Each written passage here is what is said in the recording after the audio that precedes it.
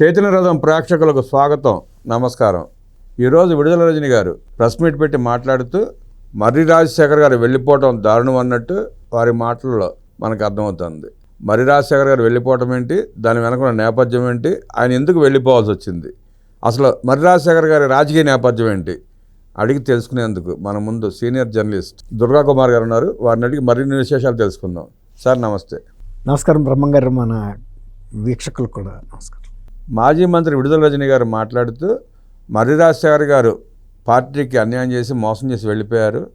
జగన్మోహన్ రెడ్డి గారు, వైఎస్ రాజశేఖర రెడ్డి గారు ఆయనకి చాలా న్యాయం చేశారు, అయినా కానీ వెళ్ళిపోవడం దుర్మార్గం అన్నట్టు ఆవిడ మాట్లాడుతుంది. మర్రి రాజశేఖర్ గారి రాజకీయ నేపథ్యం గురించి ఒకసారి మీరు ప్రజలకు వివరించండి సార్. బ్రహ్మంగారు, ఇట్లా ఒక సామెత ఉంది, జ్ఞానం లేని మిత్రుడి కన్నా జ్ఞానం ఉన్న శత్రువు బెటరు అని. ఇప్పుడు ఆమె విడుదల రజని గారు వైఎస్ఆర్సీపీ పార్టీలో మాజీ మంత్రిగాను ఒక సీనియర్ నాయకురాలుగా ఉంటూ ఆమె మాట్లాడిన మాటలు పార్టీకి నష్టం చేయడంతో పాటు గతంలో చనిపోయినటువంటి రాజశేఖర్ రెడ్డి గారి వ్యక్తిత్వాన్ని, ఆయన పార్టీ పట్ల ఉన్న విధేయతని కూడా సందేహంలో పడేసే విధంగా మాట్లాడింది. అది అనవసరపు సబ్జెక్ట్. అది ఆమె ఏమంటుందంటే, ఇప్పుడు మర్రి రాజశేఖర్ గారు రాజీనామా చేశాడు. మర్రి రాజశేఖర్ ఒక్కడే రాజీనామా చేయలేదు కదా, వైఎస్ఆర్సీపీ పార్టీకి వెన్నుముక్కగా అనుకున్న విజయసాయిరెడ్డి రాజీనామా చేశాడు. అనేక మంది రాజ్యసభ సభ్యత్వాలు 3 ఏళ్ళు 3.5 ఏళ్ళు టైం ఉన్నా కూడా అది కూడా వదిలేసుకుని బయటకు వచ్చేసారు. అలాగే ఎమ్మెల్సీలు రాజీనామా చేశారు. ఎమ్మెల్యేలు నిన్న జగన్మోహన్ రెడ్డి ఆదేశాన్ని ధిక్కరిస్తూ వెళ్ళి సంతకం పెట్టారు. ఎందుకు ఆదేశాన్ని ధిక్కరించారు? వాళ్ళ అనర్హులు అవుతాము ఎమ్మెల్యేలుగా. ఒకసారి అనర్హులు అయితే ఇప్పుడు జగన్మోహన్ రెడ్డి గారు దేనికైనా సిద్ధంగా ఉన్నాడు. పార్టీ మునిగిపోయినా ఆయనకు వచ్చిన నష్టం లేదు. ఆర్థికంగా పూర్తిగా బీసిపోయినాడు. ఆయన పార్టీలో ఇక ముందుకెళ్ళే సూచనలు కనపట్టలేదు. కనీసం మనం మొదటిసారి ఎమ్మెల్యేలుగా ఎన్నికయ్యాం కాబట్టి ప్రజల ముందు రేపు ఎలా వెళ్ళి మళ్ళీ ఎన్నికల్లో పోటీ చేస్తారు వాళ్ళు. మిమ్మల్ని కిందసారి గెలిపిస్తేనే ఒక్కరోజు మీరు అసెంబ్లీలోకి వెళ్ళి మా సమస్యలు మాట్లాడలేదు, మళ్ళీ ఇవాళ ఏ ముఖం పెట్టుకొచ్చారనేది వాళ్ళు శాశ్వతంగా రాజకీయ పునాది అయిపోతారండి వాళ్ళు. అందువల్ల కనీసం ఇవాళ మనం అర్హత పొందితే రేపు ఇంకా రాబోయే రోజుల్లో పార్టీ భవిష్యత్ అనేది ప్రకృతే నిర్ణయిస్తుంది. దానంతట అదే సమాధి అయిపోయే పరిస్థితికి వచ్చింది. మన అర్హతను కాపాడుకోవాలని నిన్న వెళ్ళారు. అసలు నిన్న కనుక ఆయన ఇచ్చిన ఆదేశాలు పార్టీ విప్పుని ధిక్కరించి వెళ్ళినట్టే భావించాలి దాన్ని. ఆయన వెంటనే చెప్పాలి, నా ఆదేశాలని ధిక్కరించి వెళ్ళి నిన్న సంతకం పెట్టిన వాళ్ళని నేను పార్టీ నుంచి సస్పెండ్ చేస్తున్నా అని చెప్పాలి. అలాగే లెటర్ కూడా రాయాలి స్పీకర్కి, మా పార్టీ విప్పు ధిక్కారం చేసి వెళ్ళి సంతకాలు పెట్టిన వాళ్ళందరినీ మేము అనర్హులుగా ప్రకటిస్తున్నాను, మీరు కూడా అనర్హులుగా ప్రకటించి వాళ్ళ సభ్యత్వాలను రద్దు చేయమని. రాయలేదు కదా. ఆయన పరిస్థితి బాగున్నప్పుడు ఇంకా ఏళ్ల జోలికి ఎందుకు వస్తాడు? ఇప్పుడు మొత్తం టైటానిక్ షిప్పు వెళ్ళి ఢీకొని మునిగిపోతున్న టైంలో కెప్టెన్ ఎవరన్నా లైఫ్ సేవింగ్ బోట్స్లో వెళ్ళిపోతున్న వాళ్ళని వద్దని చెప్పగలుగుతాడా? ఆయనకి తెలీదా షిప్ పరిస్థితి ఏంటనేది? కొన్ని గంటల్లో మొత్తం మునిగిపోతుంది, అందరూ ఎవరు మిగిలినా చచ్చిపోతారు. అలాంటప్పుడు వెళ్ళిపోయే వాళ్ళని నిలనిస్తాడు. అట్లాగే ఆయనే పట్టించుకోని పరిస్థితుల్లో రజనీ గారు ఓవర్ యాక్షన్ కాకపోతే ఆమె ఏముంటుందండి, 2004లో మర్రి రాజశేఖర్ సిల్కలూరుపేట నుంచి ఇండిపెండెంట్గా పోటీ చేస్తే ఆనాటి పిసిసి అధ్యక్షుడు లేకపోతే ముఖ్యమంత్రి అభ్యర్థి అయిన వైఎస్ రాజశేఖర రెడ్డి ఈయనకి ఇండిపెండెంట్గా ఉన్న వ్యక్తిని మద్దతు ఇచ్చి గెలిపించాడని చెబుతుంది. అది ఏమన్నా మాట అండి? రాజశేఖర రెడ్డి ఇచ్చి ఉండొచ్చు, దాన్ని మనం కాదంటలేదు. కానీ ఆమె అధికారికంగా ధృవీకరించడం చనిపోయిన వ్యక్తి గురించి అంటే, ఆయన రాజశేఖర రెడ్డి గారు ఒక పక్కన కాంగ్రెస్ పార్టీలో కొనసాగుతూనే పార్టీకి విద్రోహం చేసినట్టే కదా. కాంగ్రెస్ అభ్యర్థి ఉండగా అదే అంటున్నా, పార్టీ అభ్యర్థి ఉండగా ఇండిపెండెంట్ని సపోర్ట్ చేసి గెలిపించాడంటే పార్టీకి ద్రోహం చేసినట్టే కదా. మరి అది ఎంత డ్యామేజింగ్. ఆయన చనిపోయిన ఆయన వచ్చి ఖండించలేడు, ఏం చెప్పలేడు.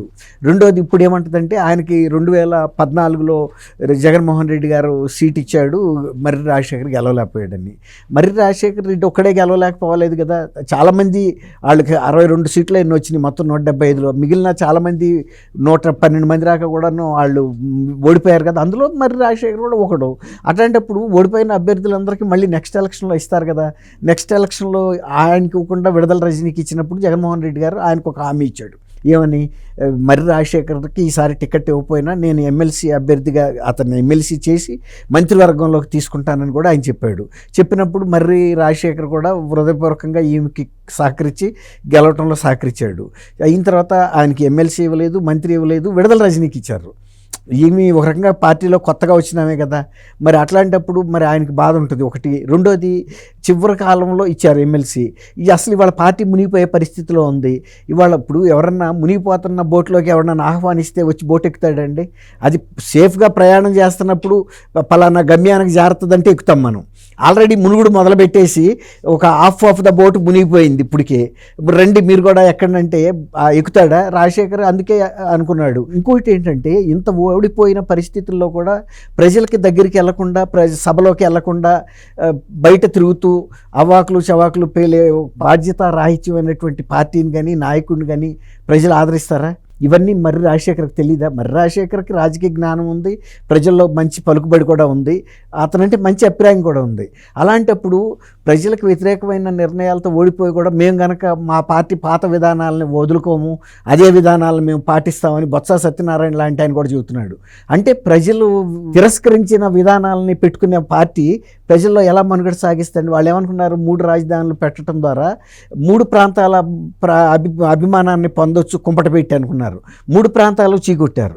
ఎందుకంటే అతని ఉద్దేశాన్ని ప్రజలు అర్థం చేసుకున్నారు. ఇతను మంచి ఉద్దేశంతో పెట్టట్లేదు, ఇది కేవలం ప్రాంతీయ తత్వాన్ని రెచ్చగొట్టి ఓట్ల కోసం పెట్టాడు. తర్వాత ఎక్కడా కూడా ఒక్క ఇటుకరాయి కూడా పెట్టలేదు. అసలు ఇతనికి రాజధాని నిర్మించే అంత ఈ వ్యూహం కానీ, ఆర్థిక ప్రణాళికలు కానీ, పరిపాలనా దక్షత కానీ లేదనేది అర్థమైపోయింది. అతను మొదటి రోజే వచ్చి ప్రజావేదికను కూల్చిన రోజే అతను వ్యక్తిత్వం ఏంటనేది, ఇతను విధ్వంసం చేయడానికి పనికొస్తాడు కానీ నిర్మాణాత్మకమైన దానికి పనికిరాడనేది అర్థమైంది. తర్వాత ప్రజలతో మమేకమయ్యి ప్రజలను ఆదరిస్తాడన్న ఇది లేదు.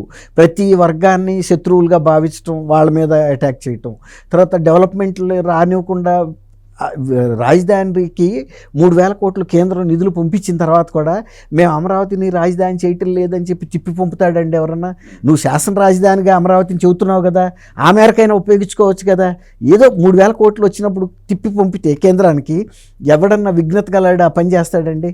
అమరావతి ఆల్రెడీ 33,000 ఎకరాల సేకరణ జరిగి ఉంది. నువ్వు అనేక భవనాలు అసంపూర్తిగా కూడా మిగిలి ఉన్నాయి. అవన్నీ పూర్తి చేసేసుకుంటే ఎమ్మెల్యేస్కి క్వార్టర్స్, ఐఏఎస్లు ఐపీఎస్ల క్వార్టర్స్ చాలా ఉన్నాయి పథకాలు. అవన్నీ కూడా బిల్డింగ్స్ చేసుకోకుండా ఇది ఒక అడవిలాగా తయారు చేసి ఆ అడవిని మళ్ళీ శ్మశానం అని, ఇది ఒక అడవి అని ఇలాంటి ప్రకటనలు చేసి ఏ విధమైన ప్రజాభిమానం కోల్పోయాడో మర్రి రాజశేఖర్ గమనించాడు. గమనించి అసలు పార్టీకి వెళ్ళిపోయినప్పుడు విడుదల రజనీ కూడా ఎన్నాళ్ళు ఉంటుంది రేపు? ఇప్పుడు చాలామంది వెళ్ళిపోతున్నప్పుడు విడుదల రజనీ ఏమన్నా ఆయనతో పాటు మునుగుతుందా? టైటానిక్ బోటు మునుగుతుంటే ఎవడన్నా దాంట్లో కూర్చుని నేను మునగటానికి సిద్ధపడతాడా? ఈమెదో నేనేదో ఇందులో శాశ్వతంగా కూర్చుంటాను. జగన్మోహన్ రెడ్డి గారే ఇవాళ పార్టీ విడిపోతున్న వ్యక్తుల్ని పిలిచి కూడా మాట్లాడట్లా. ఎందుకు మాట్లాడట్లేదు అని తెలుసు, ఈ భవిష్యత్తు లేదు. నేను పిలిచి అతను ఆగమన్నా ఆగడో, ఆగినా ఉండ ప్రయోజనం కూడా ఏం లేదు. బొత్స సత్యనారాయణ కూడా నామమాత్రపు ప్రతిపక్ష నాయకుడిగా శాసన మండలిలో కూర్చుంటున్నాడే తప్ప ఆయన మనసు పెట్టి చేయట్లా. ఎందుకంటే జగన్మోహన్ రెడ్డి గారు అసలు వ్యక్తే, ఇంటికే అసలు వ్యక్తే కృషి చేయనప్పుడు ఇంటిని కాపాడటానికి ఆయన ఎంతవరకు పోషించగలడు, పార్టీని ముందుకు తీసుకెళ్ళగలుగుతాడు? ఇవన్నీ చూడకుండా కేవలం మర్రి రాజశేఖర్ మీద ఆమెకుండా వ్యతిరేకతని అడ్డం పెట్టుకుని ఇవాళ ఆయన వ్యక్తిత్వం మీద విమర్శలు చేయటం, ఇదే సందర్భంలో పరోక్షంగాను అసందర్భంగా రాజశేఖర రెడ్డి గారి వ్యక్తిత్వాన్ని కూడా ఆమె దెబ్బతీసినట్టు అయింది. 2024లో విడుదల రజని చిలకలూరుపేటలో గెలవదన్న అనుమానంతో, భయంతో గుంటూరు తీసుకెళ్లి పోటీ చేపించారు. అవును. అక్కడ ఓడిపోయిన తర్వాత మళ్ళీ మర్రి రాజశేఖర్ గారు లాంటి రాజకీయ ఉద్యమంతో సంప్రదింపులు జరపకుండా చిలకలూరుపేట బాధ్యతలు ఆమెకు అప్పచెప్పారు.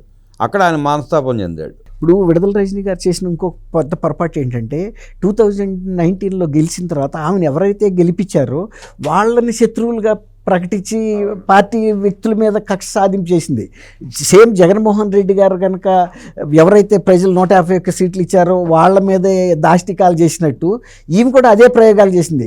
అందువల్లే మీరు అన్నట్టు మొన్న 2024 ఎలక్షన్స్ వచ్చేటప్పటికి చిలకలూరుపేట వదిలిపెట్టి మళ్ళీ గుంటూరు వెళ్ళింది. మరి గుంటూరు వెళ్ళినప్పుడు గుంటూరులో కొనసాగాలి కదా. మళ్ళీ వచ్చి ఓడిపోయిన సాట, వదిలిపెట్టి వెళ్ళిపోయిన సాట వచ్చి పెత్తనం చేస్తానంటే ఇప్పుడు రాజశేఖర్ లాంటి వ్యక్తికి ఎట్లా ఉంటుందండి? కాబట్టి ఆయనకి మనస్తాపం కలిగింది. జగన్మోహన్ రెడ్డి గారి రాజకీయం కరెక్ట్గా లేదు, తిరకాసు రాజకీయంగా ఉంది, ఇట్లాంటి అవకాశవాదులను ప్రోత్సహిస్తున్నాడు తప్ప నిజంగా పార్టీ పట్ల శ్రద్ధ అంతెందుకండి. విజయసాయి రెడ్డి ఏం చెప్పాడండి, పార్టీలో చిత్తశుద్ధిగా పనిచేసిన నాలాంటి వ్యక్తులకి ఇక్కడ ప్రోత్సాహం లేదని చెప్పాడు కదా. అందుకే నేను నా మనస్తాపం చెంది 3.5 ఏళ్ల పాటు అవమానాలు భరించి ఇక భరించలేని పరిస్థితుల్లో నేను బయటకు వచ్చాను అన్నాడు. కానీ నేను ఉన్నంత వరకు మాత్రం చిత్తశుద్ధితో పనిచేశానని చెప్పుకున్నాడు. అవునా కాదా వేరే మాట. కానీ ఇవాళ ఆయన పక్క నుండి సలహాదారులుగా నటిస్తూ ఆయన్ని తప్పుదోవ పట్టిస్తున్నారు, ఆయన ఒక కోటరీ కబంధ హస్తాల్లో ఇరుక్కుపోయాడు అని కూడా చెప్పాడు.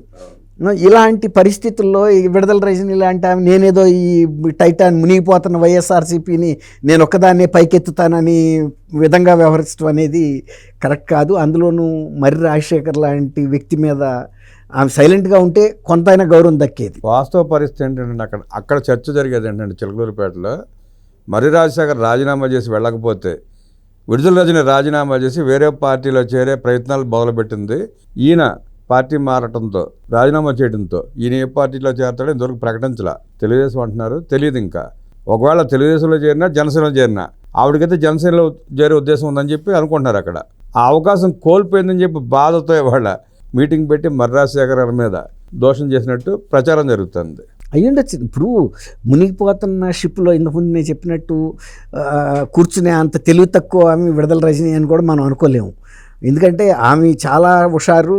ఎన్నికల ముందు సీట్లు ఇప్పిస్తానని చెప్పి అభ్యర్థుల దగ్గర 6 కోట్లు తీసుకుంది. గుంటూరు సీట్ ఇప్పిస్తానని ఒక వ్యక్తి దగ్గర తీసుకుంటే ఆ పంచాయతీ సజ్జల రామకృష్ణారెడ్డి దగ్గరికి వెళ్తే 3 కోట్లు అయితే ఇప్పించారు కానీ వాపసు.